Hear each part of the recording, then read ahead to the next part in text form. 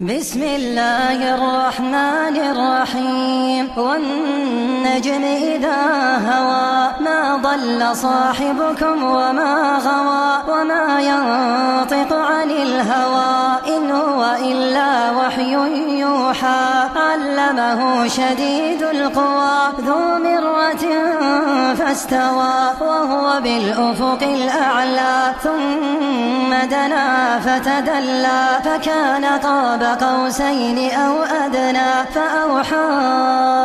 إلى عبده ما أوحى ما كذب الفؤاد ما رأى أفتمارونه على ما يرى ولقد رآه نزلة أخرى عند سدرة المنتهى عندها جنة المأوى إذ يغشى السدرة ما يغشى ما زاغ البصر وما طغى لقد رأى من آيات ربه الكبرى أفرأيتم اللات والعزى ومناة الثالثة الأخرى ألكم الذكر وله الأنثى تلك إذا قسمة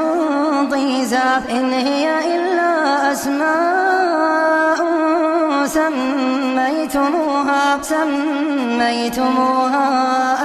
أنتم وآباؤكم ما أنزل الله بها من سلطان إن يتبعون إلا الظن وما تهوى الأنفس ولقد جاءهم من ربهم الهدى أم للإنسان ما تمنى فلله الآخرة والأولى وكم من ملك في السماوات لا تغني شفاعتهم شيئا إلا من بعد أن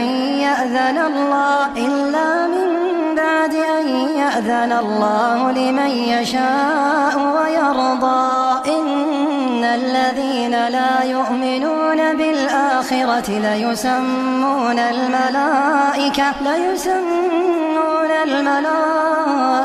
تسمية الأنثى وما لهم به من علم إن يتبعون إلا الظن وإن الظن لا يغني من الحق شيئا فأعرض عمن تولى عن ذكرنا ولم يرد إلا الحياة الدنيا ذلك مبلغهم من العلم إن ربك هو أعلم بمن ضل عن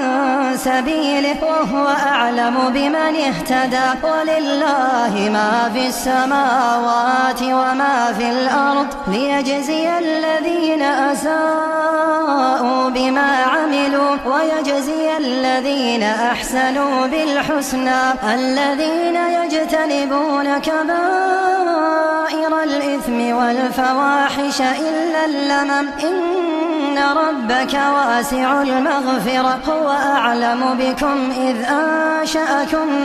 من الأرض وإذ أنتم أجنة في بطون أمهاتكم فلا تزكوا أنفسكم هو أعلم بمن اتقى أفرأيت الذي تولى وأعطى قليلا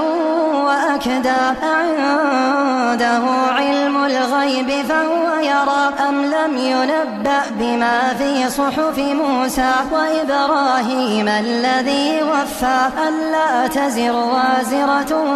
وزر أخرى وأن ليس للإنسان إلا ما سعى وأن سعيه سوف يرى ثم يجزاه الجزاء الأوفى وأن إلى ربك المنتهى وأنه هو أضحك وأبكى وأنه هو أمات وأحيا وأنه خلق الزوجين الذكر والأنثى من